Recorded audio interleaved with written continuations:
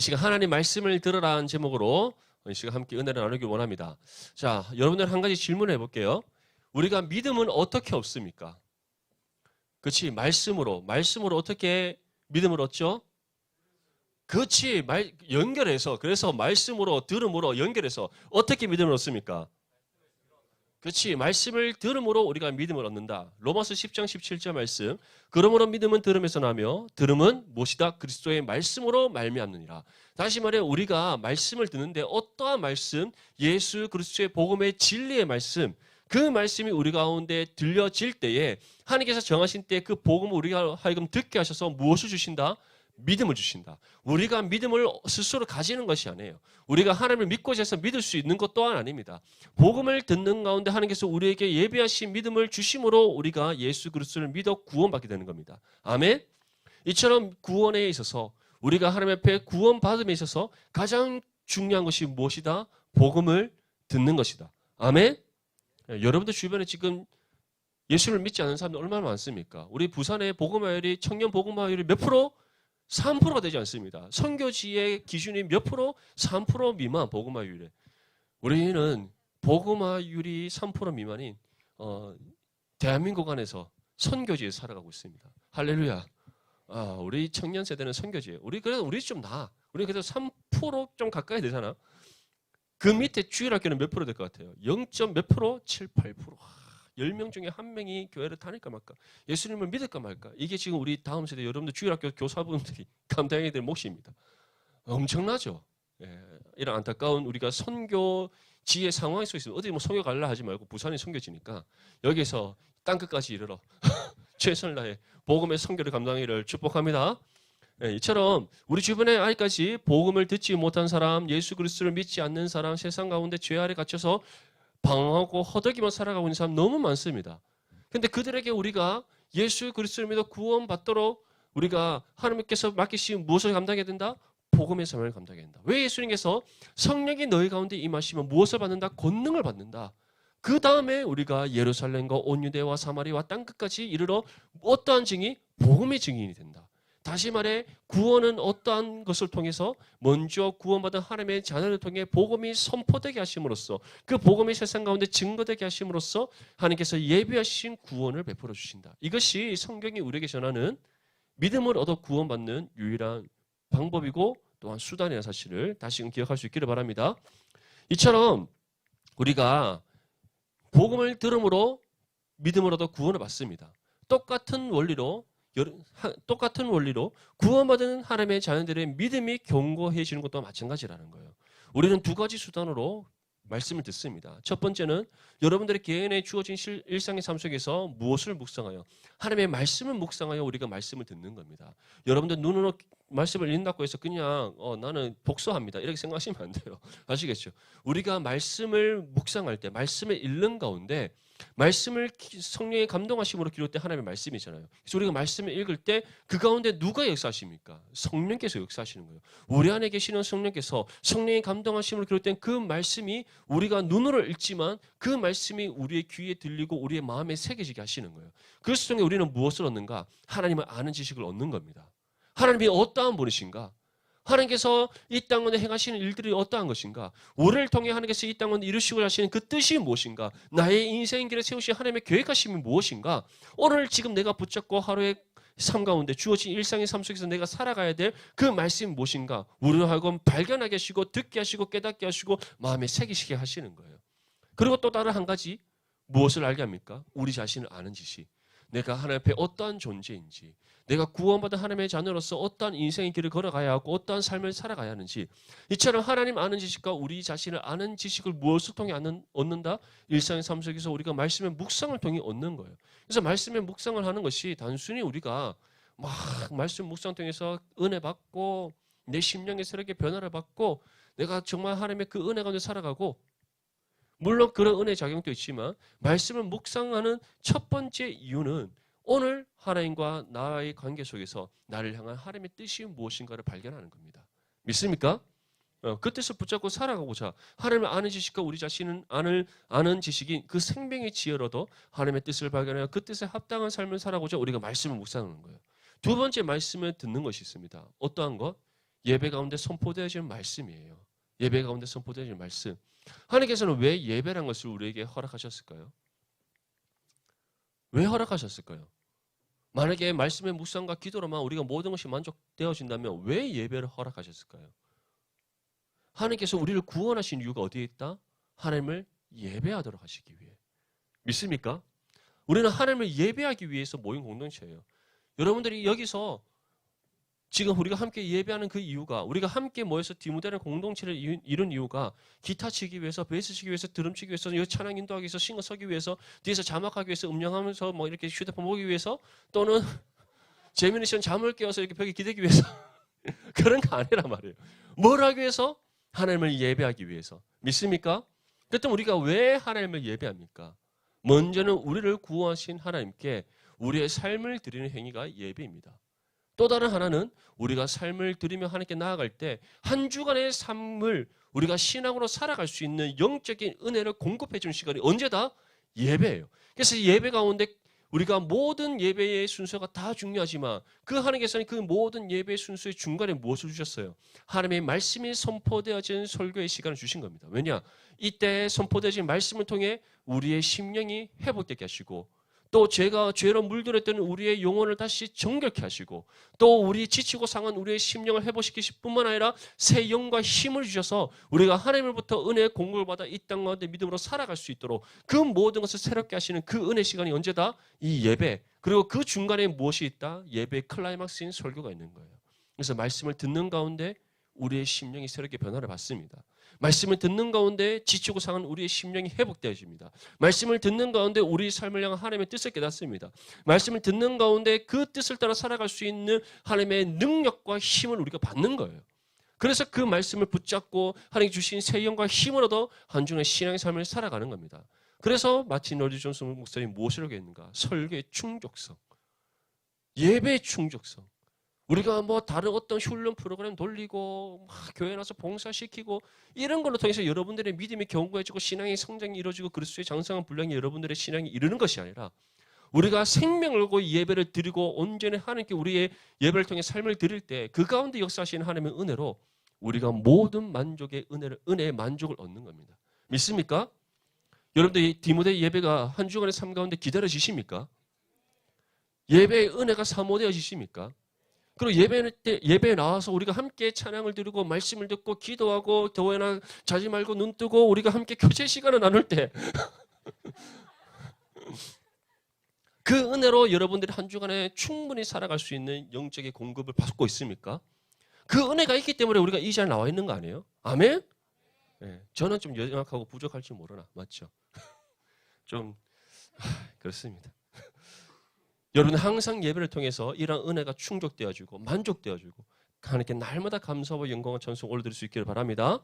히브리서 4장 12절 말씀은 이와 같이 우리에게 말씀합니다. 하나님의 말씀은 살아있고 활력이 있어 좌우의 날선 어떤 것보다 예리하여 혼과 영과 및 관념과 고수를 찔러 쪼개기까지 하며 또 마음의 생각과 뜻을 판단하나니. 아멘.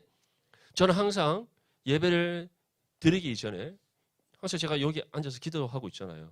기도할 때 저는 무엇을 기도하는가? 먼저는 우리 오늘 디모데 예배 가운데 성령의 기름 부으심의 은혜가 임할 수 있도록 성령의 놀라운 은혜의 역사가 임할 수 있도록 이것은 우리 모든 지체들 한 사람 한 사람이 정말 심령이 새롭게 변화를 받고 새 영과 힘을 얻어 한 주간의 삶 가운데 믿음으로 승리할 수 있도록 그런 은혜의 역사가 이 예배 가운데 임할 수 있도록 기도합니다. 그리고 또 한 가지 기도할 때는 제 자신을 위해서 기도해요. 하나님 오늘 시간 말씀을 전할 때 저는 연약하고 부족할지 모르나 저는 능력이 없을지 모르나 저를 통해서 역사하시는 성령께서 오늘 시간 제가 전해야 될 말씀이 무엇인지 깨닫게 하시고 그 말씀을 선포케 해 주시옵소서. 저의 입술을 통해 선포되는 그 말씀 가운데 성령의 능력이 임하시고 그 성령이 살아있고 운동력이 있어서 우리 모든 지체들의 심령, 혼과 영과 고슬 및 관절을 찔러 쪼개 그들의 심령을 새롭게 변화시켜 주시옵소서. 저 매주마다 여기 앉아서 그 기도하고 있어요. 저는 연약하고 부족하고 능력이 없습니다. 제가 하는 거 아니에요. 저를 통해서 역사하시는 성령께서 오늘 시간 여러분들 가운데 은혜를 주시는 줄 믿습니다. 여러분들의 심령을 변화시키는 줄 믿습니다. 여러분들의 혼, 다시 말해 여러분들의 이성과 정신과 생각과 그리고 마음과 그리고 여러분들의 영혼과 여러분들의 모든 삶의 양식까지도 오늘 시간 말씀이 여러분들의 모든 것을 변화시켜서 하나님 뜻에 합당한 삶으로 나아가게 해주실 줄 믿습니다. 이처럼 우리가 말씀을 들음으로 믿음으로도 구원받을 뿐만 아니라 구원받은 하나님의 자녀는 일상의 삶에서 말씀을 묵상함으로써 또 예배 가운데 선포되는 말씀을 들음으로써 우리의 심령이 날마다 새롭게 변화를 받고 우리의 신앙이 그리스도의 장성한 분량에 이르러 견고한 그리스도의 자녀로서 믿음의 삶을 살아가게 된다는 것.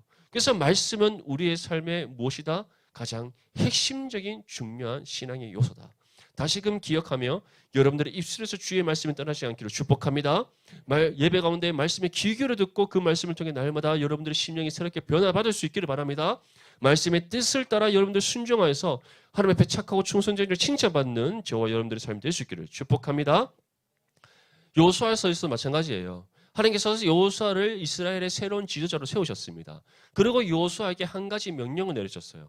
여호수아서 1장 7절에서 8절 말씀 보면 오직 강하고 극히 담대하여 나의 종 모세가 내게 명령한 그 율법을 다 지켜 행하고 우로나 좌로나 치우치지 말라. 그리하면 어디로 가든지 형통하리니 이 율법책을 내 입에서 떠나지 말게 하며 주야로 그것을 묵상하여 그 안에 기록된 대로 다 지켜 행하라. 그리하면 내 길이 평탄하게 될 것이며 내가 형통하리라. 모세가 어떠한 사람입니까? 모세 이전과 이후에 모세와 같은 선지자가 있다 없다? 예수님을 제외하고 성경에 나오는 모든 인물 중에서 가장 뛰어나고 위대한 인물이 누구? 모세예요. 사도 바울도 모세의 발끝을 못 따라갑니다. 뭐 사도 바울이 홍해를 갈랐습니까? 메추라기가 막 이 부산 땅 전역만큼 이렇게 막 1m씩 쌓게 하시는 은혜를 막 일으켰습니까? 10가지 재앙을 일으켰어요. 뭐 물론 바울 또한 위대하죠. 성경에 13권에 쓰고 맞죠. 얼마나 위대한 사도 바울입니까? 근데 그 사도 바울이 모세 옆에 딱 태어났을 때 그 사도 바울도 비교될 수 없을 만큼 위대한 믿음의 인물이 누구다? 모세였다는 거예요. 근데 그 모세의 뒤를 이어서 누가 지도자가 되었다? 여호수아가 지도자가 되었다. 우리 영건에 가면 생각해 보세요. 영건에가 이제 나중에 담임을 갔습니다. 근데 그 앞에 이제 은퇴하신 원로 목사님이 모세와 같은 지도자인 거예요. 어떠한 마음으로 강단에 서겠어요? 두렵고 떨리는 마음? 아, 그거는 비교할 수 없겠지, 맞지? 그거는 다 표현할 수 없겠지. 내가 이번에 컨퍼런스 갔잖아요. 오카노 목사님이 어떠한 분입니까? 우리 대한민국, 탑동교단을 넘어 대한민국을 대표하는 설교자잖아요. 참고로 오카노 목사님 완벽주의자예요. 완벽주의자. ISTJ 완벽주의자입니다. 근데 오정현 목사님은 약간 ENFP 캐릭터. 그래서 늘 설교하면서 찬양 부르다가 눈물 흘리고 막 감성이 치우. 약간 내 스타일은 아닌데 어쨌든 그런 분이. 근데 그 오카노 목사님이 매주 일부 예배 때 그 옛날 강남의 그 사랑의 교회 당 그거 보면 교회 안에 기둥이 이렇게 3개가 있어요. 그 중간에 기둥 뒤에 늘 앉아 딱 있어요. 근데 한 번씩 이제 건강이 안 좋으시니까 한 번씩 이렇게 설교를 하셨거든요. 저도 기억이 나는데 근데 이게 후임 목사가 이제 열심히 하잖아. 하고 있는데 그럼 원로 목사님이 약간 힘 빼고 설교해야 되는 거 아닙니까? 맞죠? 근데 완벽주의잖아. 이게 본인은 이게 그냥 이렇게 후임 목사를 생각해서 좀 설렁설렁하는 게 본인은 이게 받아들일 수 없는 일인 거야. 그러니까 강단에 올라갔다 가면 무조건 대박인 거야. 그러다가 한 번에 뭐 매주 드리는 것도 아니고 한 2, 3개월에 한 번씩 온기욕처럼 이렇게 쫙 에너지 끌어모아다가 쏟아붓잖아요. 얼마나 강력하겠어. 그래서 오정현 목사님 이렇게 얘기하셨대요. 좀 이렇게 설렁설렁 안 됩니까? 그러니까 안 돼. 절대 그렇게 안 돼. 나도 절대 강단에서 그렇게 하면 안 돼. 이렇게 했어. 그러다가 이제 하루는 오정현 목사님이 설교를 하시는데 그날따라 대박이 났대. 그러고 난 뒤에 이제 엘리베이터 타고 자기 목양실 올라갔는데 사모님이 같이 타셨대요. 오카노 목사님 사모님. 그래서 물어보셨대요. 와, 오늘 목사 오신다 하니까 오늘 안 왔어. 설교 대박이 터지니 오늘 안 왔다. 그렇게 허무할 데가 없었다면서. 물론 성도들한테 은혜 주셨지만 어쨌든 이처럼 그 앞에 모세와 비교를 됐을 때 여호수아 마음이 얼마나 부담이 컸겠어요. 근데 하나님께서 어떻게 말씀하셨다? 내가 모세를 통해 너에게 주었던 그 율법, 하나님의 말씀의 계명, 그것을 너의 입에서 떠나지 말라. 다시 말해서 날마다 주야로 묵상해라. 그리고 그 말씀 법을 온전히 지켜 행하라. 그렇게 할 때 어떻게 된다? 너의 길이 평탄하게 되고 네가 형통하리라. 다시 말해 내가 너를 통해 이루고자 하는 그 모든 뜻이 온전히 이루어지는 삶이 될 것이다. 그러니 어떻게 하라? 오직 강하고 극히 담대하라. 이 말씀이 저와 여러분들 향한 말씀임을 다시금 기억할 수 있기를 축복합니다. 우리의 입술에서 말씀이 떠나지 않고 또 우리가 예배 가운데 집중하여 하나님의 말씀을 듣고 말씀의 은혜를 받아 그 말씀 붙잡고 우리가 살아갈 때 하나님께서 우리의 길을 평탄케 하십니다. 문제가 없는 삶이 되게 하신 것이 아니라 하나님의 뜻에 합당한 길로 나아가게 하신다는 거예요. 우리의 삶이 형통한 것도 우리의 삶에 어려움이 없는 것이 아니에요. 여러 가지 시험과 환난과 핍박과 어려움이 있을지 모르나 그 가운데도 우리가 말씀 붙잡고 주께서 가라 명하신 그 길을 따라 믿음으로 인내하여 나아갈 때 우리 삶을 통해 이루시고자 하시는 하나님의 뜻이 이 땅한테 온전히 이루어진다는 거예요. 이를 위해 우리가 무엇을 하라? 우리의 입술에서 말씀이 떠나지 마라. 그리고 우리가 귀 기울여 하나님의 말씀을 들어라. 그래서 하나님의 말씀을 듣고 묵상함이 우리의 삶에 너무나 중요하다는 것. 다시금 기억할 수 있기를 축복합니다. 이제 하나님께서는 여호수아를 통해서 이스라엘 백성들에게 명령하게 하십니다. 3일 동안 여리고 가나안 땅을 들어가서 이제 여리고 성을 비롯한 가나안 땅을 정복하기 위해 모든 준비를 마쳐라. 그래서 먹을 것 또 전쟁에 필요한 모든 것 다 준비케 했습니다.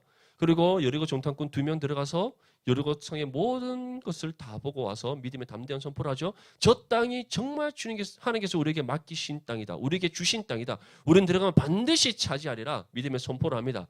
40년 전 가데스 바네아에서 40일간 가나안 땅 정탐하고 오고 난 이후에 그 여호수아와 갈렙이 옷을 찢으며 하나님 앞에 결단하며 고백했던 것처럼 동일한 그 신앙의 고백, 정말 저 약속의 땅 가나안을 하나님께서 우리에게 주셨다라는 믿음의 담대한 선포를 합니다. 그리고 200만 명이 되는 이스라엘 백성들을 이끌고 시딤에서 어디로 갑니까? 요단을 갔어요. 요단을 갔을 때 그 요단의 위치가 어딘가? 바로 여리고 나루터 반대편이에요. 다시 말해 여리고 성을 가기 위해서 요단강을 왔다 갔다 건너가는 그 나루터였어요. 여리고 성은 반대편에 있고 지금은 이스라엘 백성은 그 또 반대편에 지금 여리고 나루터에 진을 치고 있는 겁니다.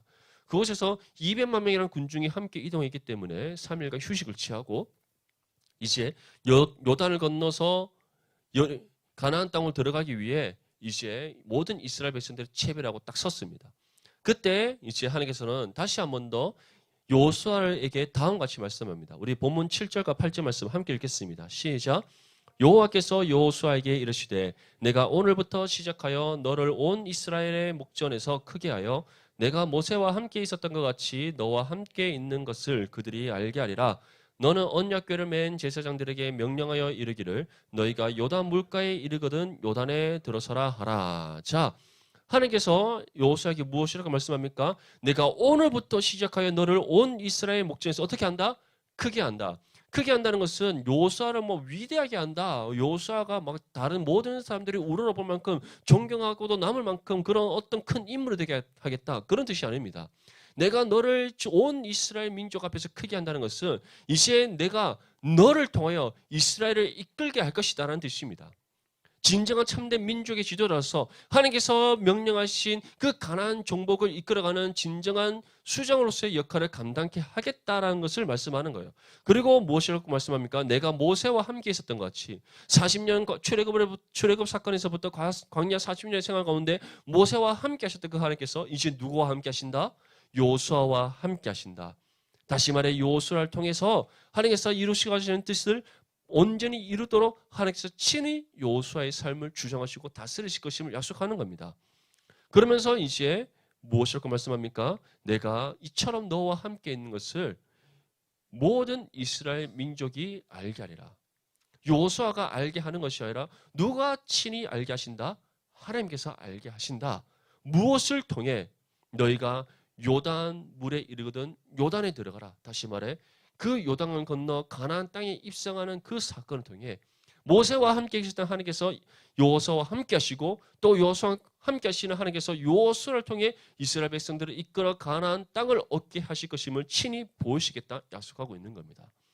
그런데 이 모든 말씀을 주실 때 하나님께서 무엇이라고 말씀합니까? 여호와께서 여호수아에게 이르시되 분명히 기억하십시오. 우리의 삶을 향한 하나님께서 뜻을 알리실 때 우리의 인생 가운데 하나님께 세우신 그 계획하심이 무엇인지 깨닫게 하실 때 지금 내가 선택과 결정의 그 중요한 기로에서 하나님의 뜻이 무엇인가를 우리가 발견하고자 할 때 하나님께서 반드시 무엇을 통해 우리에게 깨닫게 하신다? 말씀을 통해. 말씀을 통해 일러주시고 말씀을 통해 분별하게 하시고 말씀을 통해 깨닫게 하시고 말씀을 통해 능력을 주시고 말씀을 통해 하나님께서 우리와 함께 하심을 경험케 하신다는 사실을 다시금 기억할 수 있기를 바랍니다. 이 말씀을 들은 여호수아는 말씀을 들은 것을 그치지 않고 이제 이스라엘 백성들을 향해 다음과 같이 선포합니다. 본문 9절에서 10절 말씀. 여호수아가 이스라엘 자손에게 이르되 이리 와서 너희의 하나님 여호와의 말씀을 들으라 하고 또 말하되 살아계신 하나님이 너희 가운데 계시사 가나안 족속과 헷 족속과 히위 족속과 브리스 족속과 기르가스 족속과 아모리 족속과 여부스 족속을 너희 앞에서 반드시 쫓아내실 줄을 이것으로써 너희가 알리라. 여호수아 또한 이스라엘 백성들에게 어떻게 합니까? 하나님의 말씀을 들으라. 하나님께서 너희에게 이와 같이 나를 통해 말씀을 전하신다. 그 말씀을 전하실 때 그 핵심의 내용은 무엇입니까? 이스라엘과 함께 하시는 하나님께서 우리가 가나안 땅을 반드시 정복하게 할 것이고 그 증거가 가나안 7 족속을 모두 멸하셔서 그들을 물리치실 것이다. 그들이 우리의 앞에서 떠나가게 할 것이다. 우리 앞에서 무너지게 할 것이다. 이를 통해 우리가 그 땅을 반드시 차지하게 하실 것이다. 그 일을 하나님께서 친히 우리 앞에 행하셔서 우리하고 보게 하시고 또 그 은혜를 경험케 하실 것이다. 그 믿음의 담대한 선포를 합니다. 이것이 무엇을 우리에게 전하고 있는 겁니다. 첫째는 살아계신 하나님께서 누구와 함께 하신다? 이스라엘과 함께 하신다는 것. 두 번째는 하나님께서 친히 가나안 7 족속을 물리치셔서 그 가나안 땅을 차지하게 하신다는 것은 우리가 하는 것이 아니라 누가 행하신다? 하나님께서 행하신다는 것. 우리의 삶 가운데도 마찬가지입니다. 살아계신 하나님께서 우리와 함께 하시면 믿습니까? 그 함께 하시는 하나님께서 우리를 통해 이 땅 가운데 자신의 뜻을 이루실 때 우리가 가진 능력으로 이뤄 가시는 것이 아니라 우리가 어떤 갖춰놓은 어떤 자격과 조건을 통해서 이뤄 가시는 것이 아니라 하나님께서 친히 우리 앞에 앞장서셔서 그 일을 행하신다는 사실을 믿습니까? 그렇다면 우리는 세상을 두려워할 이유가 없는 거예요. 지금 내 눈앞에 질풍노도의 시기에 있는 초등학생들이 말을 듣지 않고 막 괴롭힌다 할지라도 두려워할 이유가 없는 거예요. 금요일까지 중간고사를 친다 할지라도 걱정과 염려 가운데 휩싸일 필요가 없는 거예요. 다른 애들은 다 수요일날 목요일 끝났는데 왜 나는 금요일 끝나는가? 그런 생각하지 말고 끝까지 최선을 다해서. 토익 점수 마찬가지예요. 맞죠? 뭐 토익 점수 좀 뭐 잘 안 나오면 어떻습니까? 한번 하나님의 뜻을 정했으면 다니는 것 같이 끝까지 가는 거지. 그렇죠? 아멘? 된다고. 불가능은 없습니다. 우리에게 불가능이 없는 게 누구에게 불가능이 없습니까? 하나님께는 불가능 없는 거예요. 사실 가나안 7 족속 얼마나 강대하겠어요. 여리고성 갔더니 여리고성이 어떻습니까? 얼마나 큰 성입니까? 맞죠? 경고하기도 얼마나 경고합니까? 얼마나 성이 두껍고 경고했으면 그 성벽과 성벽 사이에 집을 짓고 살겠어요. 그럴 정도로 정말 경고하고 물리적으로 무너뜨린다는 것을 불가능하게 보이는 여리고성임에도 불구하고 그 가운데 역사하시는 하나님의 경험하고 나니까 그 여리고성이 아무렇지 않게 보이는 거예요. 그 믿음이 저와 여러분들과 있었기를 축복합니다. 여호수아는 하나님 약속의 말씀이 이처럼 선포한 이후에 또 다음과 같이 전합니다. 우리 본문 11절에서 13절까지 말씀 함께 읽겠습니다. 시작. 보라 온 땅에 주의 언약궤가 너희 앞에서 요단을 건너가나니 이제 이스라엘 지파 중에서 각 지파에 한 사람씩 12명을 택하라. 온 땅에 주 여호와의 궤를 맨 제사장들의 발바닥이 요단물을 밟고 멈추면 요단물 곧 위에서부터 흘러내리던 물이 끊어지고 한 곳에 쌓여 서리라. 자, 이제 두 번째 여호수아가 전한 말씀은 뭡니까? 우리가 어떻게 요단을 건너가게 될 것인가에 대한 부분을 전하고 있는 겁니다. 방법과 하나님께서 그 요단물을 어떻게 건너가게 하시는가? 요단강을 건너게 하시는 방법과 또 그 방법을 통해 어떻게 요단강을 건너게 하시는지를 우리에게 알리시는데 방법은 무엇입니까? 여호와의 언약궤를 맨 제사장들이 그 발을 어디에 담그는 순간 요단물에 담그는 순간 그 요단물이 한 곳에 끊어지고 모여 쌓여서 그 모든 강바닥이 마른 땅이 되고 그 땅을 지나가게 될 것이다. 이 사건이 어떠한 것과 지금 비교되는 사건이죠? 홍해를 건넜던 사건. 이 홍해를 건넜던 그 홍해 사건과 요단강을 건너는 이 요단강 사건은 공통점이 있지만 차이점이 있습니다. 공통점은 무엇입니까? 물이 갈라지거나 물이 끊어져서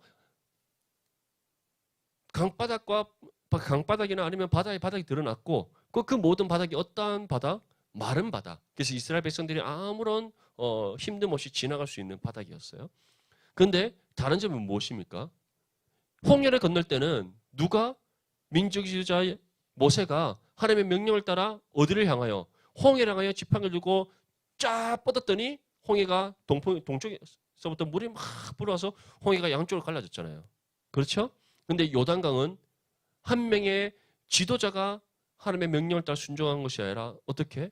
여호와의 언약궤를 맨 제사장들이 발을 담갔다는 것은 그것에 누가 모두가 함께 참여한 겁니까? 이스라엘 모든 백성들이 하나님의 명령에 순종하여 함께 그 뜻에 동참하는 그 의미를 보여주는 거예요.